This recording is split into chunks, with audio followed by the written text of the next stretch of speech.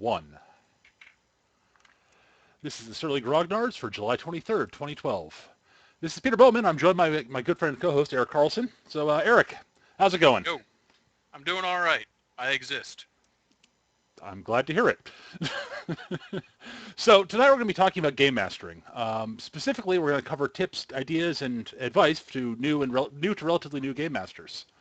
If we have time, as usual, we'll be taking questions at the end of the show. If you want to, you can email them to our email address at surlygrognards@yahoo.com. That's all one word, surlygrognards@yahoo.com. Or you can ask them in the chat here. So why don't we start off, Eric, with this? We're going to be talking. As to answer a quick question from the chat, there, it's going to be for any RPG. We're going to be covering not just D&D specific, which is good because I don't think Eric's done a lot of game mastering of anything that's done a lot of D&D gaming. Am I right? Iron Kingdoms once. Fair enough. Not 4th edition, sorry. All right. Well, at any rate, we're going to start. I think we'll start off with talking about world building a little bit. I think. Now, this is not something you've done a lot of, right, Eric? Not really. Usually, on the rare occasion where I DM, it's because there's an existing published world I think is really, really cool. No one else wants to run it. So that's usually where I'll hike up my big boy pants and actually do the DMing. Right. Whereas I've done a fair bit of world building over the years. I actually generally prefer running games in my own world as opposed to published stuff. I guess it scratches my creative itch. So a few tips about world building. First off, especially if you've not done much of it before, and like this is the first time you're trying to build your own game world, my biggest tip for that is start small. Absolutely, yeah. Don't get too ambitious. Start off with a city.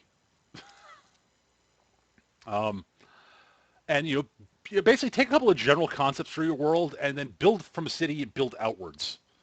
So you're starting with the city, you fill in little details like a village even, So you want to start small and build out if it's the first time you're doing it. Honestly, a well-done city could be the only setting you need for the entire campaign. Absolutely. And that's any game. I mean, the obvious example is Shadowrun, where 99% of the published material is set in Seattle. Yeah, exactly. But I mean, you look at, there are campaigns, classic Dungeons and Dragons campaigns that never left Waterdeep, for instance. Yeah.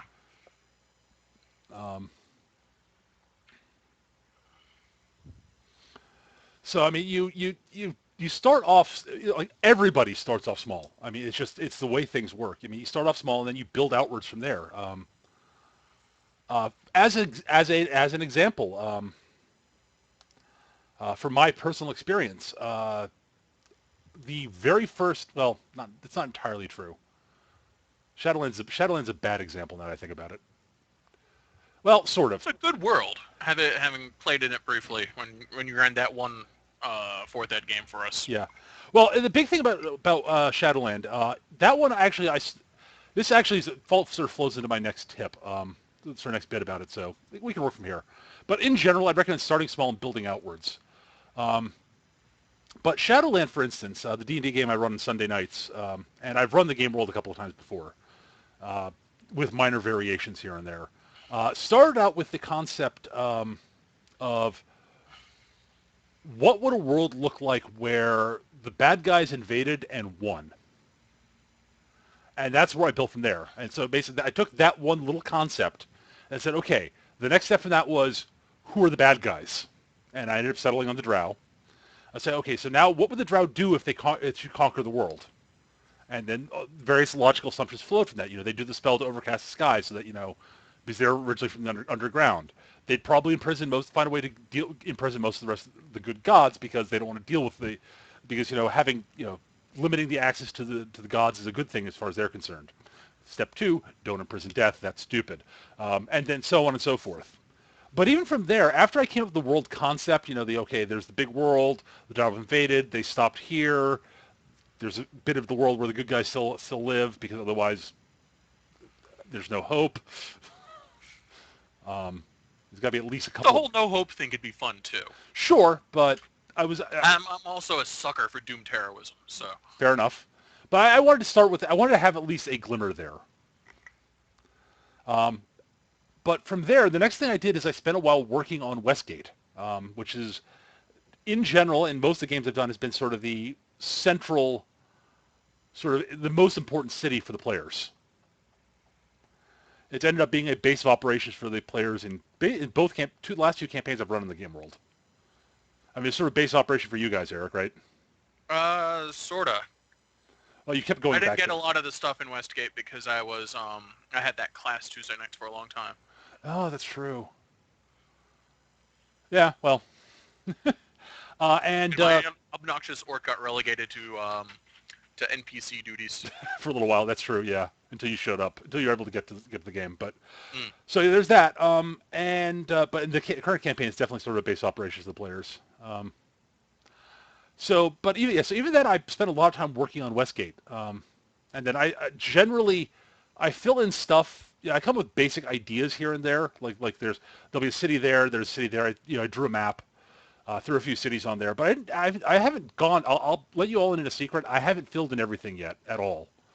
I don't fill everything in unless it's going to be important because, I mean, while having an entire world with huge amounts of details about everything is awesome, when you're running your own campaign, you don't need everything filled in all at once. You really only have to fill in the areas where the players are going to go. Now, it helps if you've got a party that's liable to go off randomly in random directions. To have yeah, that's us. to have a few ideas of different things planned out ahead of time, and that's caught me a couple of times in Shadowland so far, the Sunday game. But that's but for the most part, you can basically fill in a few important areas that you think that are likely to come up early on, and then as the players explore and move out from those areas, you fill them in as you go along. It sounds a lot like the way I typically create a character, honestly. I don't fill everything in because I like to see how the character evolves before I start doing that. But start small. This guy likes Pokemon. He loves Pokemon. That's his quirk, and build up from there. Right. So that's sort of the crux of world building. Now there are a few other things that you can things that you can sort of keep in mind. But again, and it'll vary by campaign genre also. I mean, so yeah. For instance, sci-fi. I mean, you're not building. You might be building just a city that could be a space station. It will depend on the type of campaign you want to run too. But again, world building is... You don't want to, especially early on, you don't want to do the big stuff early. Get a general feel for the big stuff, like just a general feel for it. And then start filling the small stuff and build out from the small stuff from there. And eventually, you'll have a big universe that you've built of your own, and then you could run another campaign in the same universe somewhere else. But you'll have all these details that you've already built up from the other campaign you ran. And that's what's happened, like, for the Shadowland campaign, that's what happened. You got anything else for world building, Eric? I'm just going to say it's often a lot more fun to play in a custom-built world than a published one, because while it's really fun to be able to go and look up all the books and read all that stuff, if you're playing a character who's ignorant of of the world at large, it's really cool to actually discover this stuff on your own. Because let's face it, we're all way too tempted to go and read all about the world that we're playing in when it's a published world. I know I do. Hell, I've accidentally read whole campaigns that my DM wanted to do. Oops. Yeah, Mike yelled at me a lot.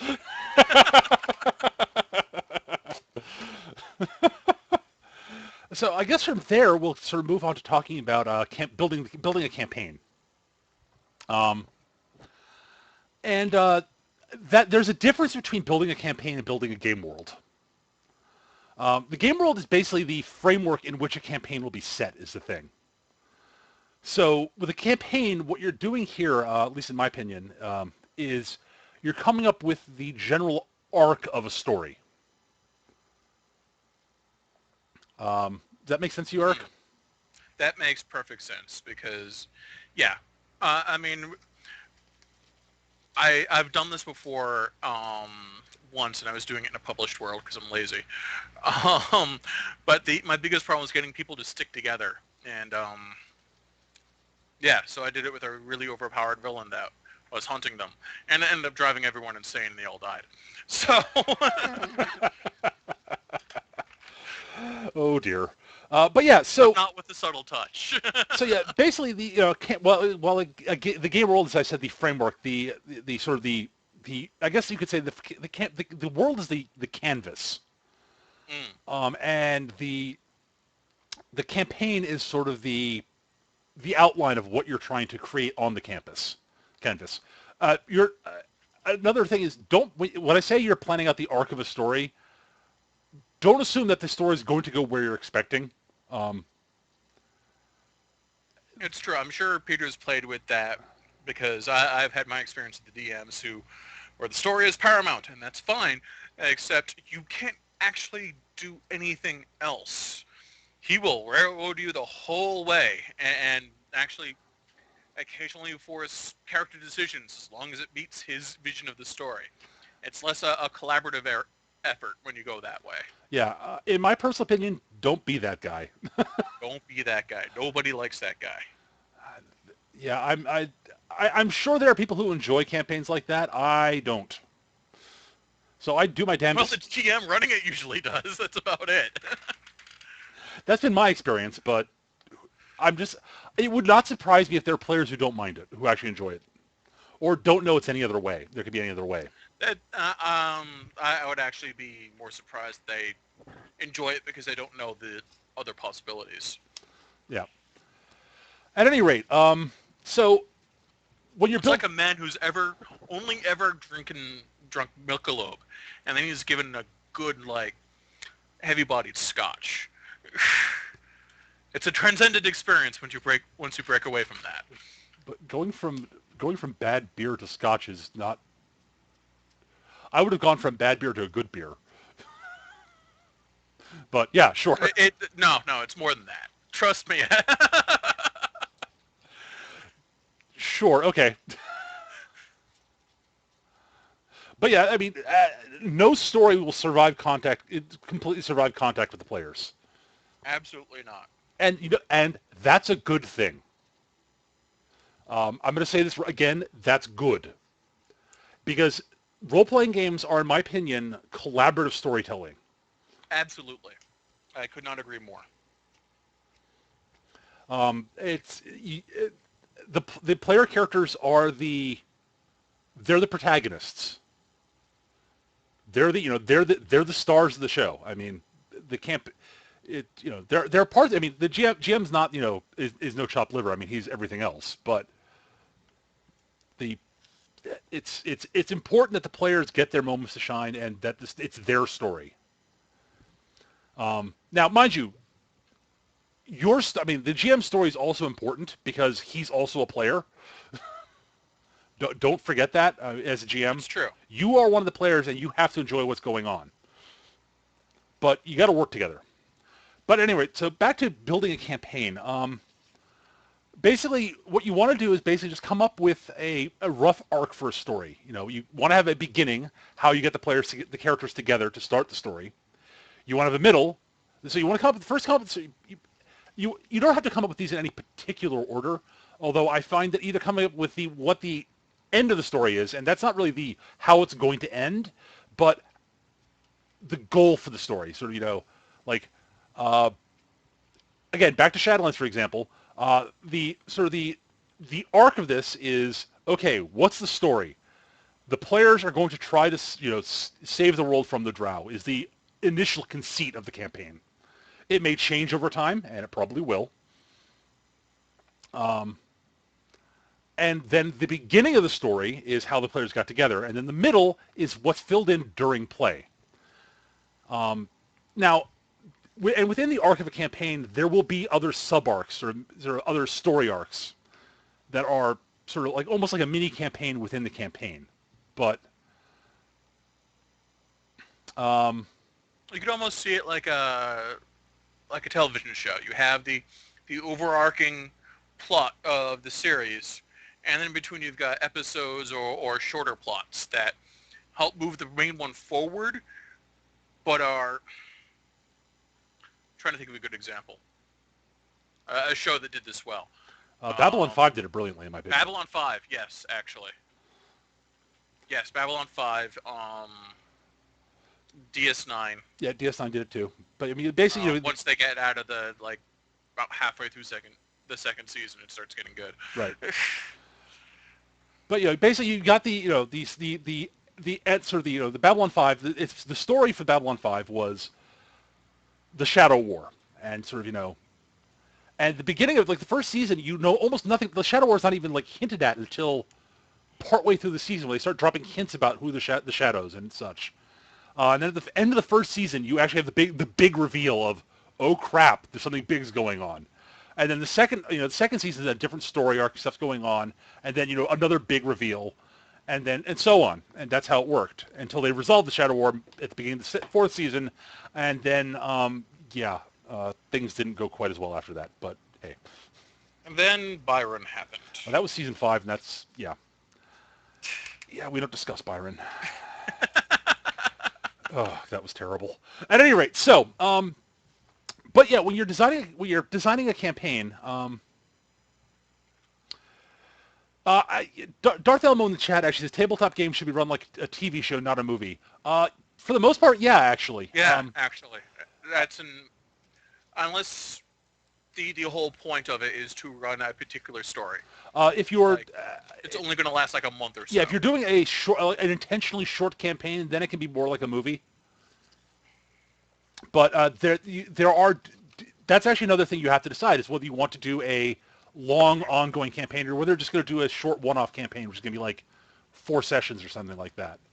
And in that case, structuring it more like a movie works. There are a lot of games that are really good for that. Call of Cthulhu leaps to mind. I couldn't imagine trying to run a long-term game in Call of Cthulhu. I know of ones that exist, and it blows my freaking mind. How are they still sane? Some of them aren't completely. Well, no, it's Call of Cthulhu. If not at least one person is driven completely stark raving mad by the end of the first session, you're not doing it right. But yeah, so that works. So when you're designing your campaign, and this sort of a bit of a tip that sort of folds into almost everything. So I'll get to this tip later, actually. Now I think about it. So that's sort of the general sort of building a campaign is basically you're taking a story, your sort of arc for story. It's not you're not actually writing an actual story. You're coming up with a story arc. You're kind of coming to where they're going to start, where you think it's going to end, and that will probably change. And then you start basically, and then from there you're going to build the adventures, which is what we're going to talk about next, which is adventure building, which are the sub stories which you hang off the arc of the campaign. And then sometimes they'll be episodic and don't really tie into the main story arc, but you should at least have a nodding sort of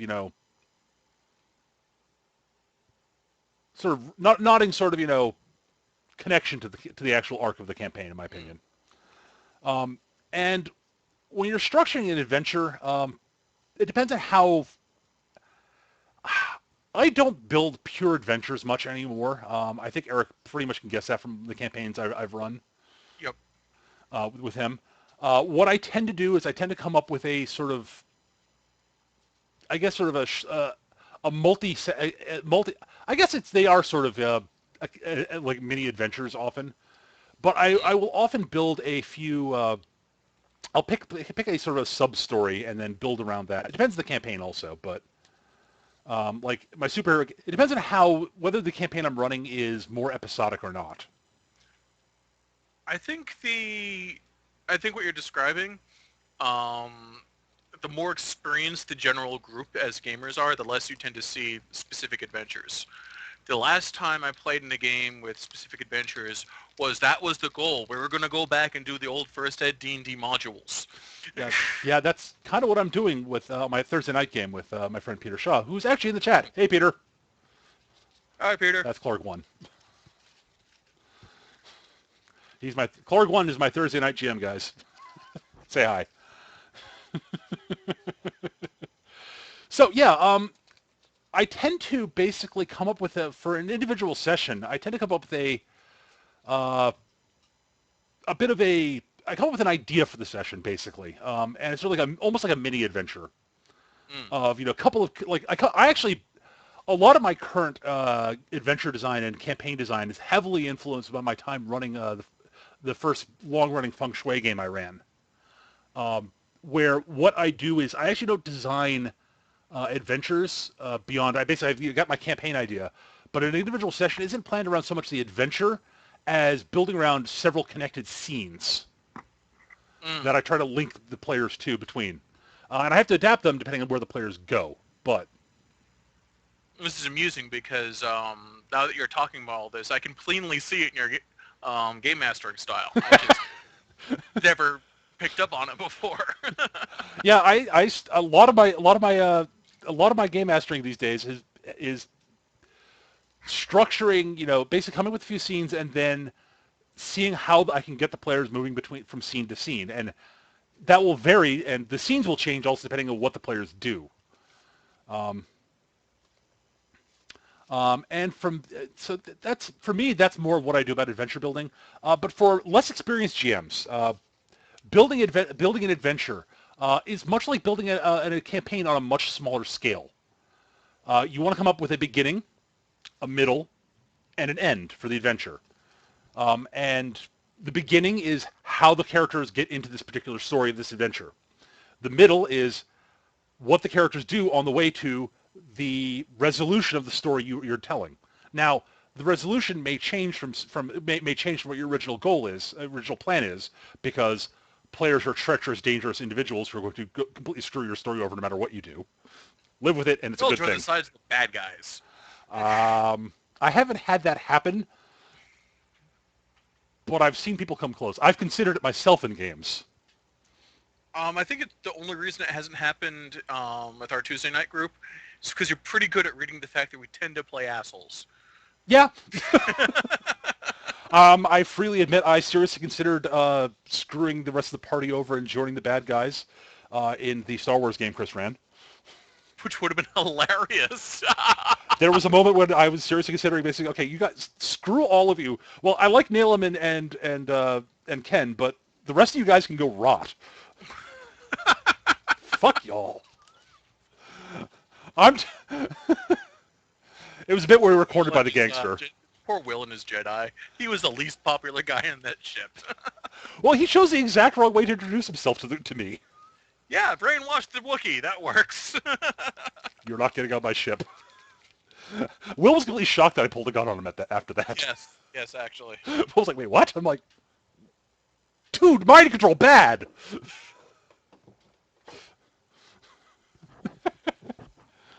Oh, God. But so, anyways, basically you want to, and within that story, my advice is basically come up with a bunch of scenes within the story that you're coming to get to bridge you from the beginning where the players are introduced to the story and move into the story to the denouement final scene. And you have the scenes that will connect you from the beginning to the end. And it's a given that the players will, do things that you aren't expecting, so you'll have to adapt what you're doing sometimes. Because we honestly hate the GM. Of course you do. No, they don't actually hate the GM, but it's their story, and they want to take the actions that they want their characters to take. So you have to basically being a player, I can tell you, players are much like small children, and once you give any hint they shouldn't go in that direction, they will. Yeah. Damn you, Peter! Damn you and going to the freaking Kost starbase. Ugh. Talked about that last week.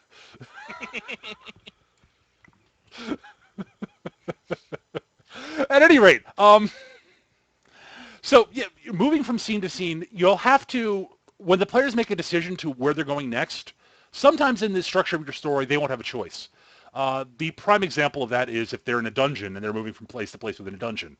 The first episode I did the show with my friend Jesse before was we actually talked about dungeon crawls and the strengths and weaknesses of them.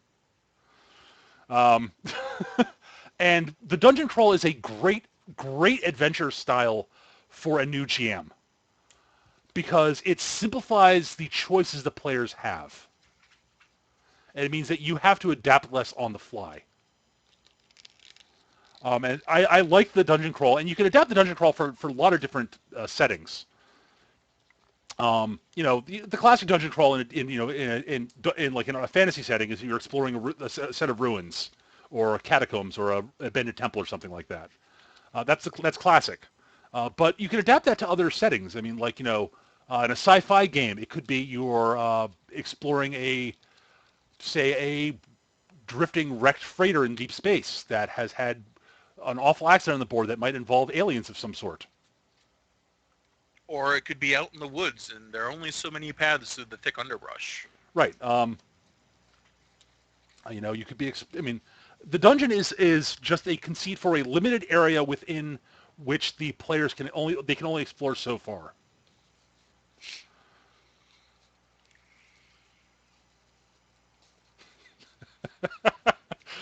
So yeah, that's so I would my biggest piece of advice is a dungeon crawl is a good place to start as a good place to start with as a new GM and build out from there. As you do that, you can introduce more freedom into what you're doing until you get to the point where I am, where I throw scenes out there and hope that the players wander between the ones I want them to. We'll get more into detail about that later. And from there, we can start talking about how you build an encounter, or as I like to call them, scenes. Mm. The encounter is a term that's used in Dungeons and Dragons a lot. I actually prefer thinking of them as scenes because it more easily encompasses stuff like that aren't combat related. I mean, technically, an encounter is basically you're encountering something, but in general, it's assumed it's sort of combat related. But you can have non-combat encounters also, which is why I tend to phrase it more as a scene, because I'm thinking more cinematically when I'm designing stuff in general. Um, Yeah, plenty of encounters are purely social. yeah, exactly, and I think scene works better. Or investigate that involves investigation. Investigatory, Eric. That's what I said. So when building an encounter, basically first you have to decide what type of encounter it's going to be. Social, investigatory, a chase, um, combat. Uh, there are a host of different types, but that's where you start. You have to decide what type of scene you're expecting here. And I will let you know this. What you're expecting to be a combat scene might actually turn out to be a social scene when the players actually, instead of attacking the dragon you planned, negotiate with it. Yeah, I've done that. Yeah. We've also turned the social scene into combat. So. That happens more often. Damn you guys.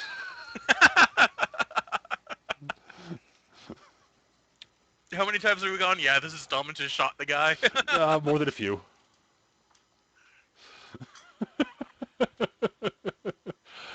So that's one. So basically, but you basically pick the scene. You come up with the characters you want to use in the scene, and you structure it. And you basically have if it's a social scene, you come up with the general what you think the thrust of what's going to happen is going to be, and you plan accordingly. Now, in a social scene, it almost never will go the way you're expecting it to. So you're going to have to, as a GM, you're going to have to, in general, have a plan for the social scenes that you're planning. There'll be scenes that come up that the players instigate, and you'll have to improvise for those. That's fine and good. But for the ones that you're planning out, have a goal for the scene. That there's a reason it's happening. That's actually That's actually a really important thing. Is that any scene that you have that you as the GM have planned has to have a point. It just having a random scene for like a random combat, that's fine. It's a good thing to have fun with it. But the majority of the stuff you want has to have a point.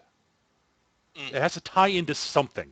Either it's something ties into one of the characters' motivations, or it ties into the story you're telling of the adventure, or the campaign, or I mean, I guess you could have. I mean, the point of a scene could be this: that a bar fight's broken out, you want to have fun with it because you think it's time for a good bar fight. And bar fights always welcome in any game, unlike in real life. Yeah. You got any other things, Eric?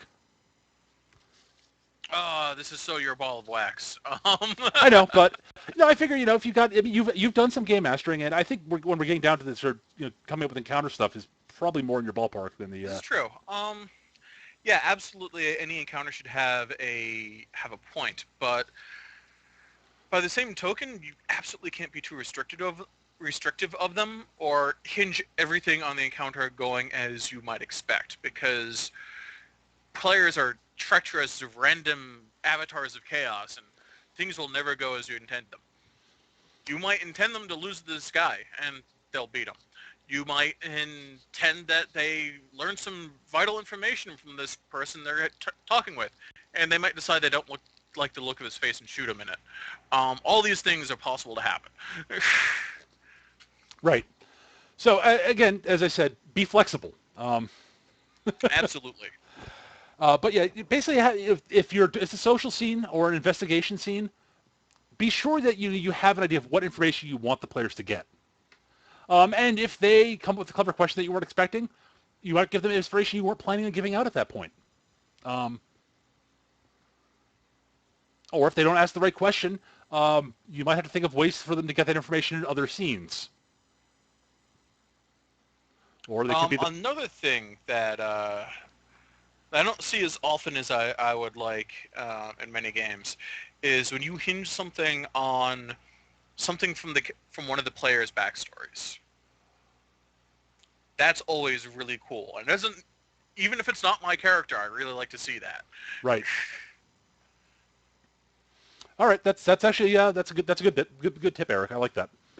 Yeah, definitely work in stuff into to hang things off the characters' backstories. That's actually really important. It's, especially if they've given you material to work with. Or even better yet, something that happened way at the beginning of the game they forgot about and were willing to throw and thought of as a throwaway scene, have it come back and bite in the ass. I never did that to you guys in the Feng Shui game. Nope. Absolutely no, never. No, that never happened ever. I think 3 times in that one campaign. I remember the look on your guys' faces when I revealed something. You were like, "Oh." Oh, we should have shot that guy in the face. I told you. Oh. Just I live for those the penny drops moments. I really do. All right. So from there, I think we're going to sort of talk about more sort of just sort of generalized tips for things for game masters. One of the things, my biggest piece of advice for any person who wants to run games is read a lot. Not just read, but read. Watch television shows that aren't Watch just good episodes. television. Well, yeah, good television. Stuff that you enjoy and you think is good. Movies. Pay attention to what's going on in the news. All this stuff. The reason I say this is beg, borrow, and steal ideas from everywhere. Absolutely. Um, And if you do it right, they'll never be able to recognize it. so it's you will find inspirations for a campaign, an adventure, an entire game world from one little line of dialogue in a TV show sometimes, or something that someone says in a conversation, uh, stuff like that. Basically keep things in mind, and when you have a good idea, jot it down in a book, even if you're not going to use it immediately. Um, Mm. Yeah, Kunan's right. Commercials can be sometimes can spawn ideas even. Uh, I, No, that's a campaign idea. Someone build me a game revolving around, inspired by an Old Spice commercial. I think it would have to be a game of Tune. almost certainly. So, anyways, but yeah, beg, borrow, and steal ideas.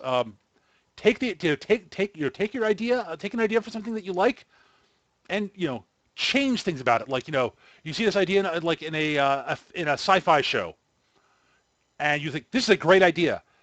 If I basically change the robot to a golem, the the crazy technical guy into a wizard, and the gunfighter into an archer, and this guy into a regular fighter, all of a sudden you've got a fantasy game.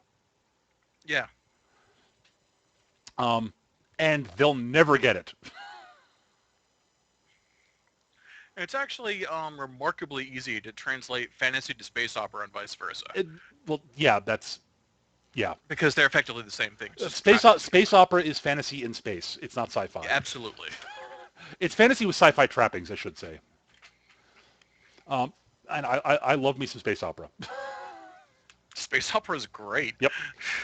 So that's the first major tip I have is, just, look at the stories you love and take ideas from them and adapt them. Um, let's see. I once ran an Iron Kingdoms game, and I basically did one of the short little arcs that Peter was talking about as basically the movie House on Haunted Hill. Awesome. And except the big reveal at the end wasn't that the house was haunted. It was that there was a evil necromancer who had made a deal with demons and it was Iron Kingdom, so it's all steampunky. So he had set up a life suspension device with all sorts of wackiness, and then hilarity ensued. I basically stole the ending from Hellraiser. House on Haunted Hill crossed with Hellraiser. Yeah, it was basically what it was. In a steampunky world. Yes. Interesting. I like it. So, that's There's a little bit of Frankenstein thrown in there too, because Frankenstein's awesome. Yeah, Frankenstein is pretty freaking awesome. So that's what's sort of my first tip about building games and such. As I've said before, one of my other major pieces of advice that I've said numerous times, and I'll keep saying it, is talk to each other. Talk to your players. Find out what they like and don't like. Let them know when if you're thinking about doing something that you think could possibly problematic, just to sort of get a feel for for instance, when I was running there was a big fight in Shadowland game where I was planning on the players losing. That was the fight with Jadis and Zelia, and I talked to them during the week before and said, look, guys, I'm going to be pulling something that might be a little bit bullshit. I'm just letting you guys know this ahead of time. If that happens, I'm not trying to kill the player, you guys off. I'm just doing something I think will be move the story forward in an interesting way. And just be ready for it. And they were, and they thought it was awesome. Similarly, this past week, the scene with this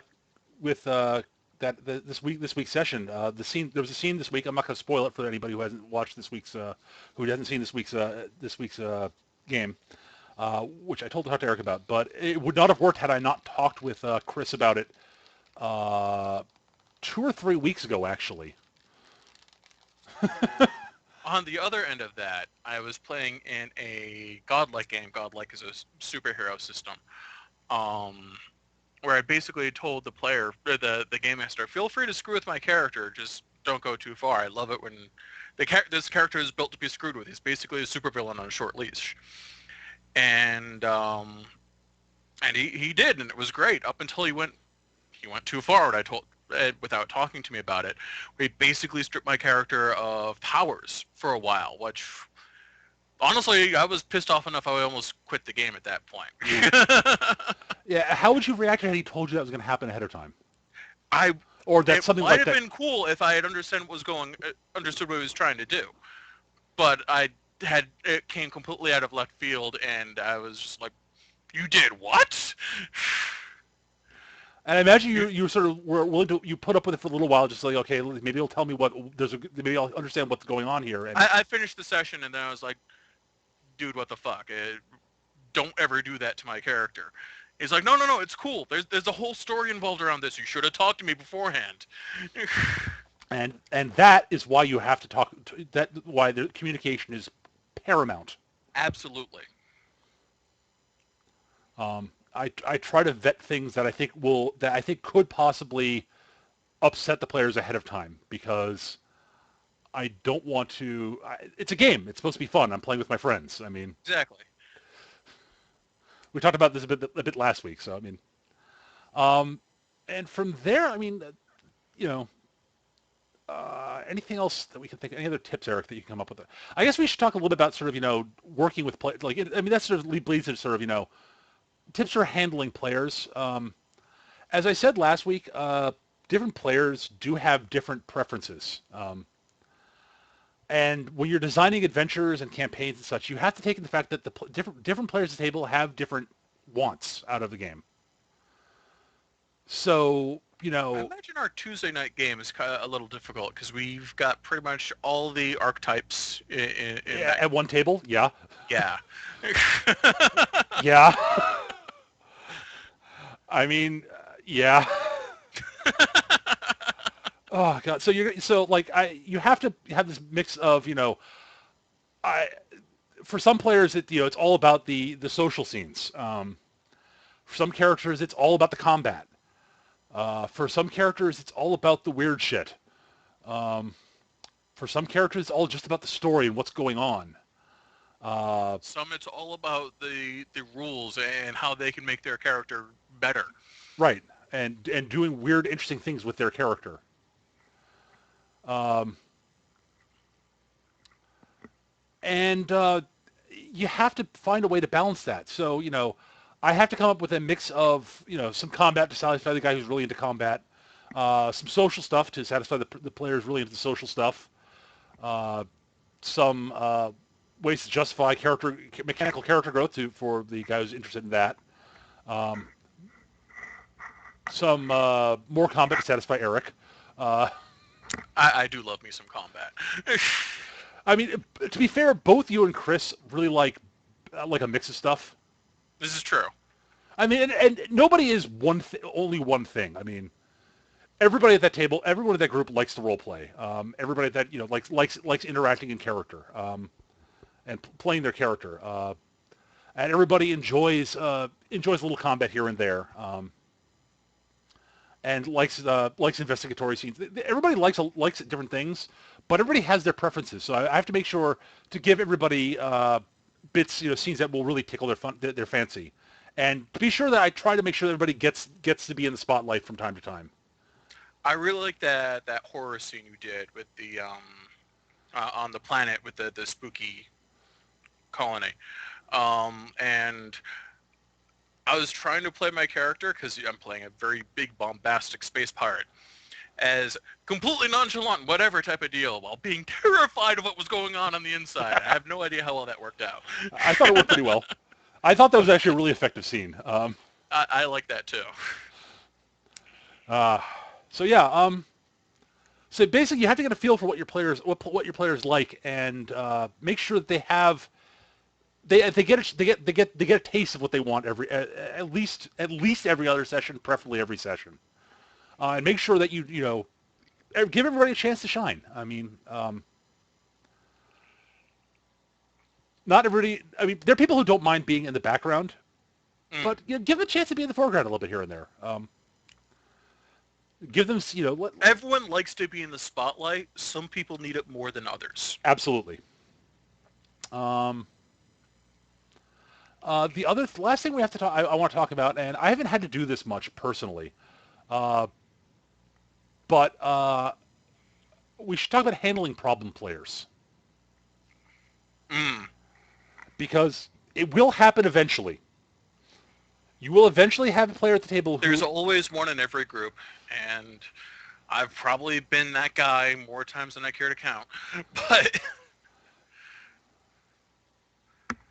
Peter is suspiciously silent. I haven't had a problem with you yet personally. Okay. I can't think of. I really haven't had. I really wouldn't call anybody in this group a problem player, really. Okay. I mean, yeah, I mean that's the thing. So I mean, but I would say, but I mean, like I'm talking about more than like if someone's having a problem with the game, and more players that probably shouldn't be in that group anymore, Mm. and how to handle that. That's Uh, always a rough one. it's a difficult thing, and something you will have to deal with at some point as a game master. Um, my personal thing is that again you have to talk with them about it. Talk to them about it away from the table, and preferably on sort of one-on-one. Uh, be No one likes getting this talk with an audience. Oh God, no. Explain the situation, but explain it in a calm, rational, non-judgmental way, um, and basically say, and basically lay out a few options for them. If you think that that's something that could be, fixed, but be sure to be clear that if things, if you are giving them another chance, that if things don't improve, you're going to have to ask them to leave. And it's not, and occasionally it's not even a question of, it's not that we don't like you, it's that we just, our styles and tastes don't sync up at a game table. And that doesn't mean you should, Occasionally, I've been guilty of the dude, why are you playing that character? Stop yeah, well, there's that too. Yes, there's it. someone's playing a character that does not fit in with the rest of the group and it's causing problems. That's an easier problem to deal with. That's a much easier problem to deal with. And that's, again, as you talk to players, say, look, this is the problem with this character. We have to change your character somehow. Or just bringing in a new one. Right. Bringing it. Well, that counts as changing the character because you're changing the character Oh, that's completely. true. That would be a complete change of the character. Right. The example I can think of where I was most egregiously guilty was a vampire game. Years and years, thousands of years ago, when dinosaurs roamed the earth and fought Templars and everything. But it was a World of Darkness game. There was a mage involved, and I was playing a were-rat for all intents and purposes. And I was basically playing a shifty little scuzzbag, because I hadn't done that in a while. And he did not mesh well with anyone.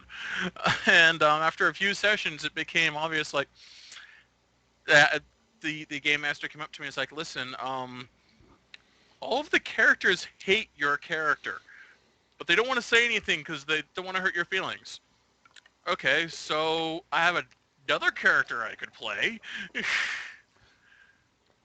Right. So I mean, so you just you taught you that's a great example of a fairly good way to handle it. I mean, you'll have Hmm. to tailor the response to the person, and again, you should talk to the players so you can get a feel for how to handle them, and what sort of approaches will work with different people. Because some people handle confrontation much better than others. Hmm. So, and some people won't listen to you unless you're a bit more confrontational than some other people are. I mean, there are players you can basically be very calm and non-judgmental and say, look, this is this, and if you don't change it, we're gonna have to move like this way, and that's fine. And they'll handle that. And sometimes you'll say, you have to. There are some people who won't listen. You say, look, dude, you're being a fucking problem. Deal with it. You have to fucking fix this. And there are people who won't listen to you unless you're getting like right up in their face about it. I haven't had to deal with that personally. I can occasionally be stubborn if I'm really enjoying doing something, but I'll also do what is best for the good of the game. Eventually. But I generally find that being really confrontational generally doesn't work. No, just come right out. But being a jerk never works. As I said, calm, non-judgmental explanations work better in my experience. Fortunately, I haven't had to deal with this very often, so I count myself lucky. I've had mostly great players over the years. Um, Except for me. oh, pish posh. I'm not fishing for compliments at all. Yeah, actually, Eric's a terrible role player. I don't know why I hang out with him. It's because I'm awesome. Sure, why not? Of course I kid. Anything else, Eric, that you can come up with? Any other tips or general tips for game masters? If someone's obviously being a problem, the GM doesn't want to deal with it simply because they're don't deal with conflict, because there are people out there that do that. And you think you might be able to, don't be afraid to offer the services. Just be sure that the players are going to dismiss, the problem players are going to dismiss you out of hand for being another player. Yeah, well, again, the players should be talking to each other also. Yes. Um, Yeah, don't be afraid to, well, perhaps sometimes maybe you should be, but explaining to said problem player that what he is doing that is causing strife. Um, don't ever call it doing wrong, because that's always going to cause problems. But you are causing strife by doing these things. Perhaps you might want to not do these things anymore. right, right. Yeah, that's all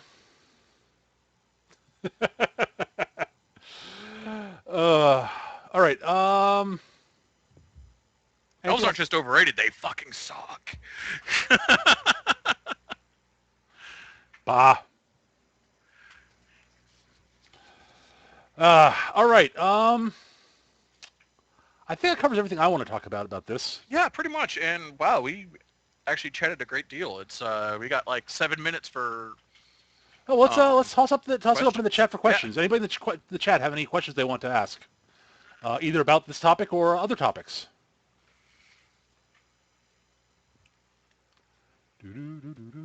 Do do do do do do do do do do do do do. Unless you ask a question, you're gonna get nothing but music. Do do do do do do do. Rewarding players with trash more primarily in D&D.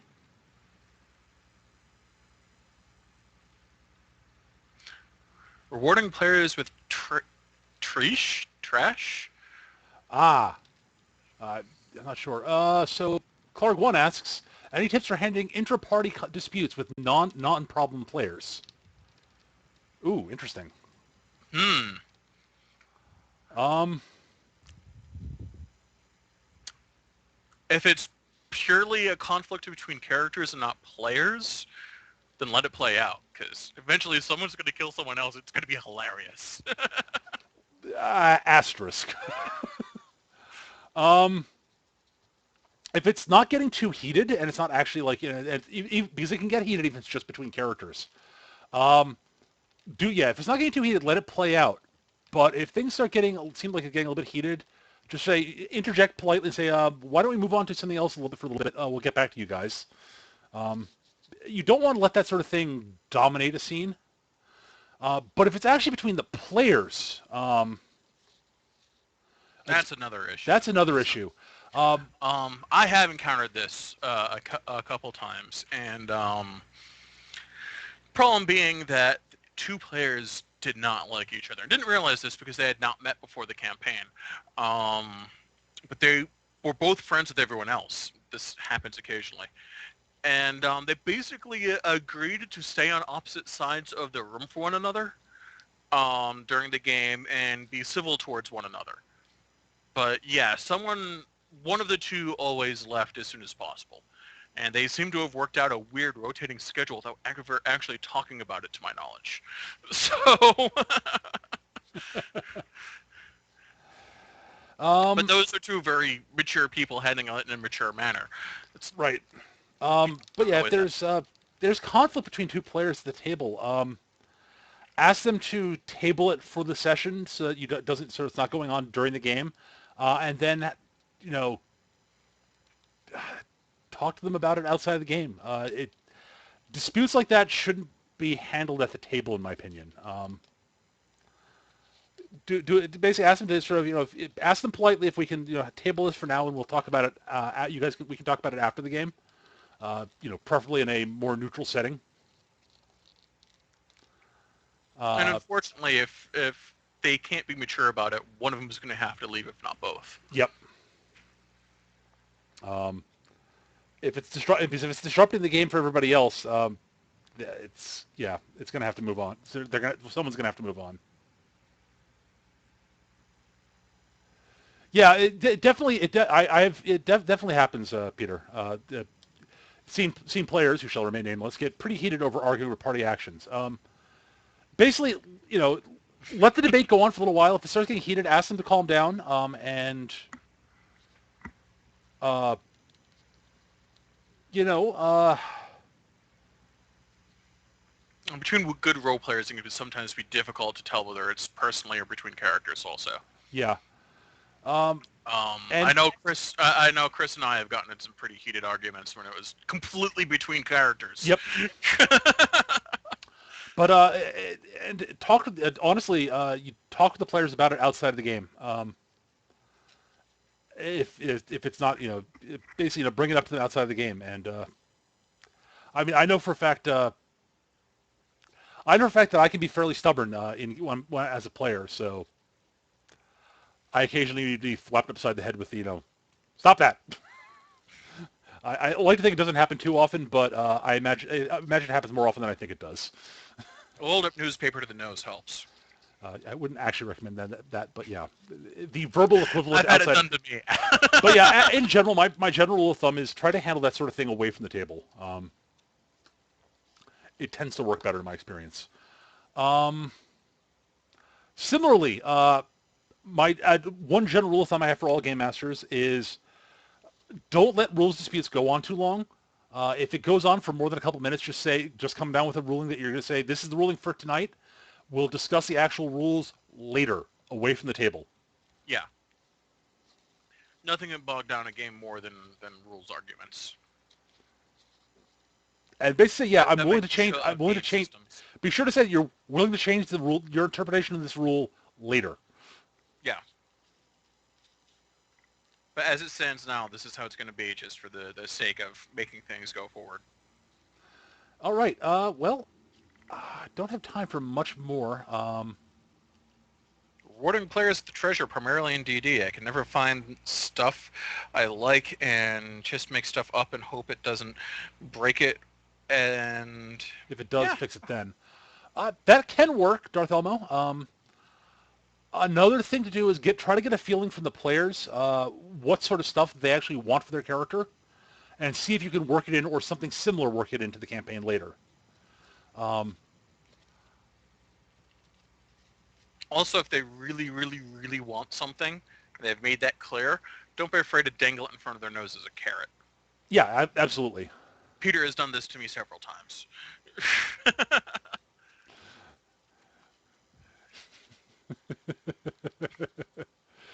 So yeah,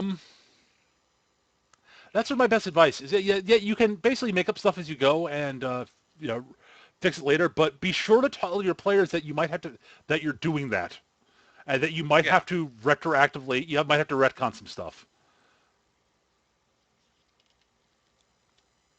Worst comes to worst, you can always pull a DC and have a Crisis on Infinite dungeons.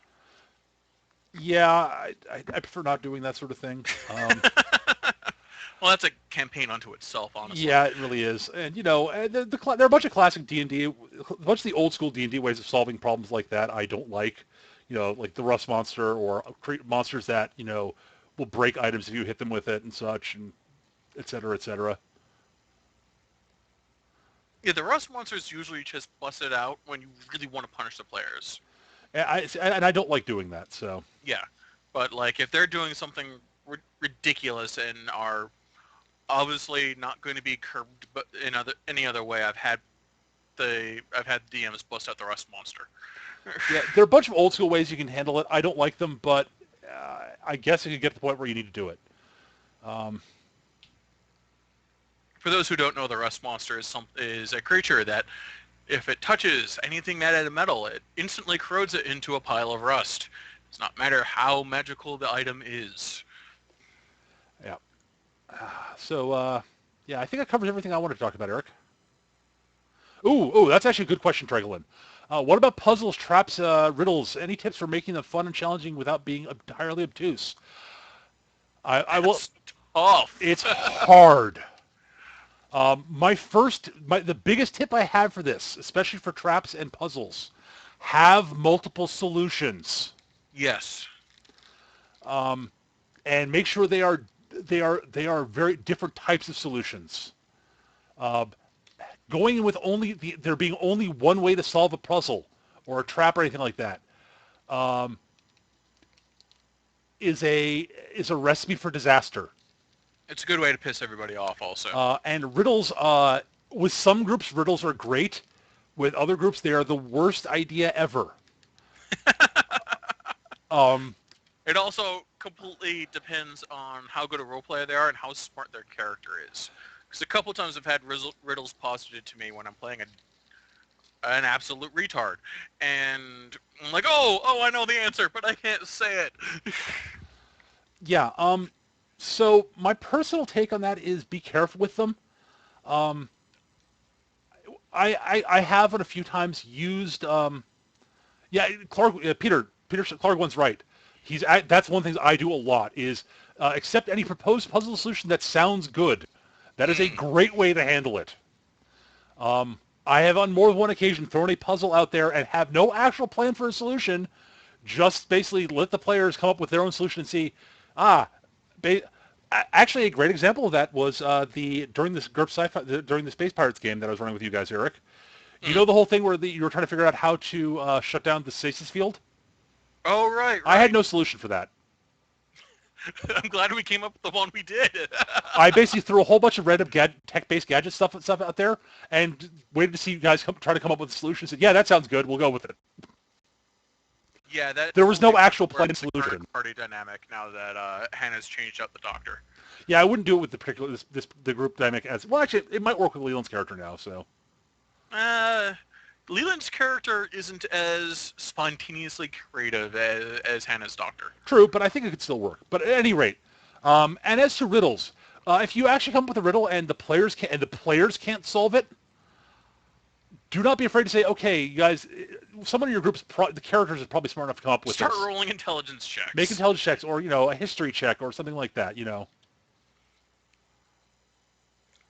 Um, I'm actually, I tend to, I don't use riddles very often, although I have had riddle games in campaigns I've run.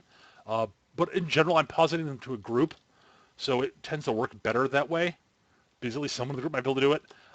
Logic puzzles work pretty well too, although again, that depends on the group.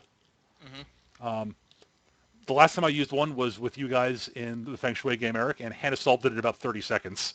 Yep. I was like, wow, well done, Hannah. So yeah, you have to be careful about that sort of thing. But they can be great, but you have to have multiple solutions, or at least be willing to, if the players come up with something that sounds like it might be a clever solution, don't be afraid to accept a solution that you didn't come up with, basically. Yeah, And being too rigid with the solution isn't good. yep. And for traps in D&D, especially 4th edition, uh, be willing to accept that multiple skills could apply to it. Because 4th ed skills are very broad. Like most traps in 4th ed can be disarmed with either Arcana or Thievery. So that's as an example. So have multiple ways multiple skills that so that if someone doesn't think of a skill, they think of something else that they can solve it. I default to ride. Don't go quite that far. That's an old Star Wars the West End game Star Wars joke. Anything else, Eric? Because I think it's about time to wrap things up. I think I think we covered most everything worth covering. Other than if there are both orcs and elves in the group, then then that's just a good role playing opportunity. That's definitely true. So I think that's all we have time for today. If you got any comments in the show or would like to have your questions answered during the Q&A portion of the show, please feel free to either comment on the blog post where you find the recording of this, or send an email to us at our email address, surlygrognards@yahoo.com. And we'll try to get to your questions in a future show. The email address is, again, surlygrognards@yahoo.com. It's all one word at the beginning there. You can find me at Twitter at MechaGM, or on Facebook or Google as Peter Bowman. You can also find Eric's work as one of the artists on the webcomic Boston Arcanum, which is located at bostonarcanum.com. I'm Peter Bowman, and for my co-host Eric Carlson, I wish you all a good night and hope you all have fun, and may all your dice come up criticals. Say goodnight, Eric. Good night, Eric.